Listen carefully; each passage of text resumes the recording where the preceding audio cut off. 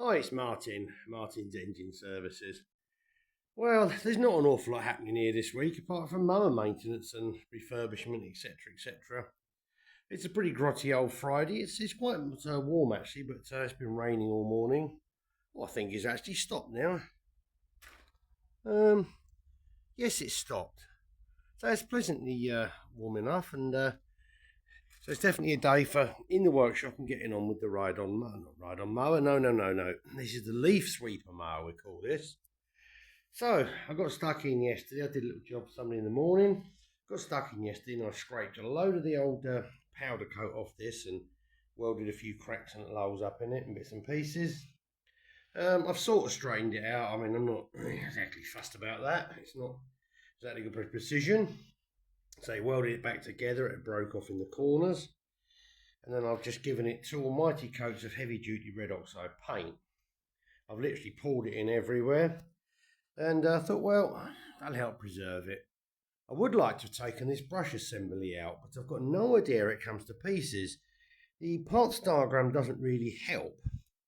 There's some plastic, let's have a look, there's a plastic sort of collar sort of bushed down in the corner here with a bolt through it. And then there's some sort of a bearing in there. And there's a bearing housing behind, or a bearing cover or housing cover here. Then you've got the pulley on the end of the shaft. Now, it would appear to have factory welds on the end of the shaft, because this is all painted on at the factory finish. And the shaft is round here, but it would look like this sits on sort of a square. So I really don't know. And a similar thing this end, you've got sort of another plastic bush, which I think, yeah, has a split in it. And again, you've got this bolt-on bearing housing. Now that bearing housing is bolted on with some little M5 bolts, and I can't imagine they're going to be a great deal of fun to undo. And it all turns perfectly. There's no noises. It turns fine. The bearings are fine in here. Doesn't make a sound on anything there. There's no play in anything in either direction. The tension is fine.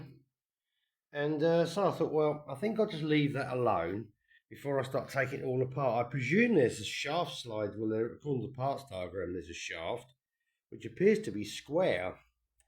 So I guess there must be some sort of coupling here onto the round bit, and I thought, oh no, there could be a whole manner of disaster. There's a couple of these sweeper blades, a couple of nibbles out of them, but I don't think we're going to worry about that. But it's all cleaned up really well, actually, considering. There's a few little bits rusted out here and stuff, but so it was all split off here, so I splodged a few welds in there. If you've ever tried to weld to rusty metal that's had grass on it, you'll know what fun that is. But the rest of it's okay, it's all in pretty good order. Straightened out a few bits and pieces. Got a few more bits done on this yesterday as well. Yeah, just been tinkering around, sort of doing a few new nuts and bolts, sorting out a few missing bits and whatnot. I did actually reuse the original plate from the back of the hydrostatic transmission. I've soldered in a breather pipe and I've taken a hose up under the floor here where no water can get in because it's all sealed. And I must have made up a gasket and I thought, well, see how that works. I've also fitted a breather into the gearbox as well, so the gear oil doesn't pressurise, and I've brought that up here.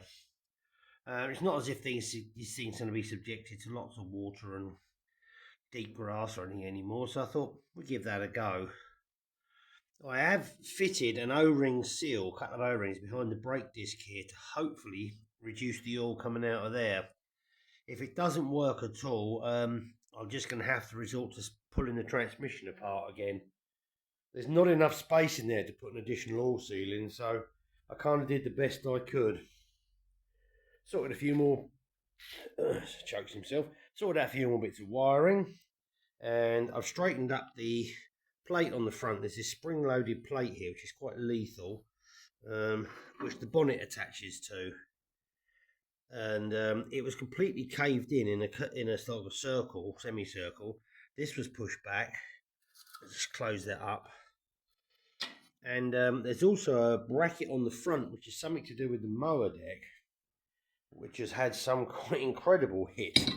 Yeah, that should be straight or in line with each other, and you see it's some fairly heavy duty steel.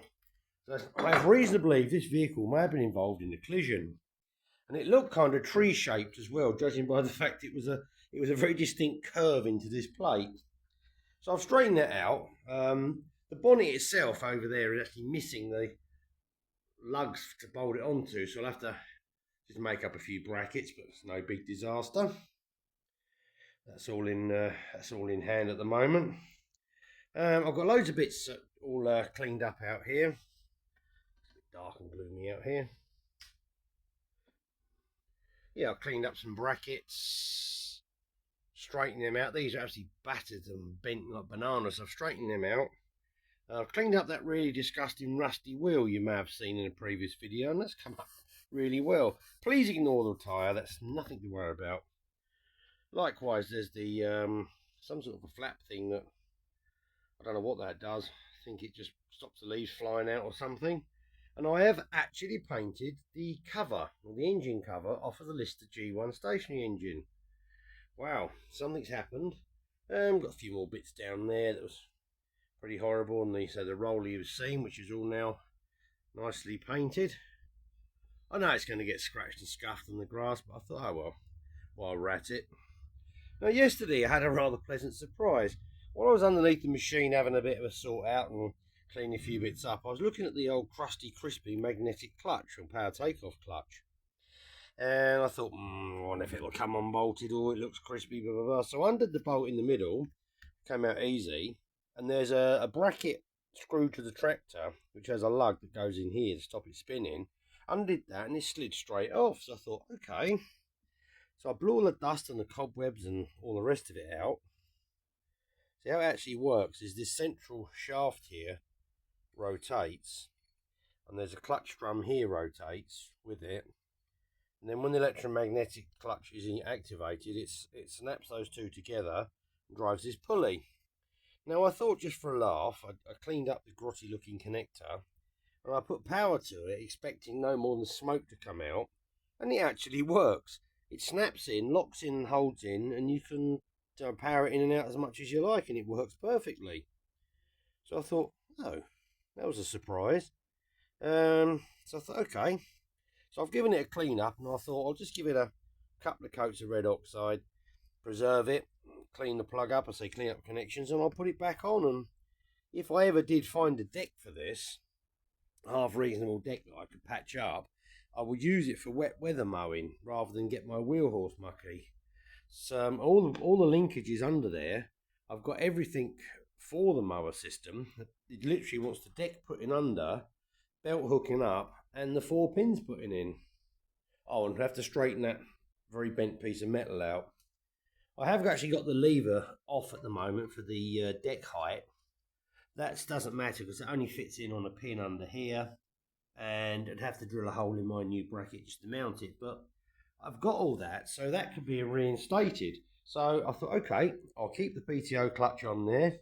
I've obviously got to have it on there, because if you don't, I should imagine all the other pulleys are going to fall off the crankshaft. So you need something there. So I thought I'll put it all back together. I'll keep all the mower deck parts on there. I'll straighten that front bar out and put that back on. Then it's all complete as a working machine. So, no, I was very surprised that that's still working. I thought there's no chance that crispy, crusty PTO clutch is going to work, but no, it works absolutely fine. I'm now going to move on next few days to this interesting device over here, the leaf collector. It's very poorly, but so the tubular frame seems to be okay. It's a bit scabby in places. I might have to weld a few patches on it. The base piece is actually made of very thin steel. I'll tip it over and show you what as it all falls to pieces. Yes, that is the state of the bottom of it. It's actually made from galvanized steel plate, and it's very, very thin. And you can see it's yes. Yes, it's all a bit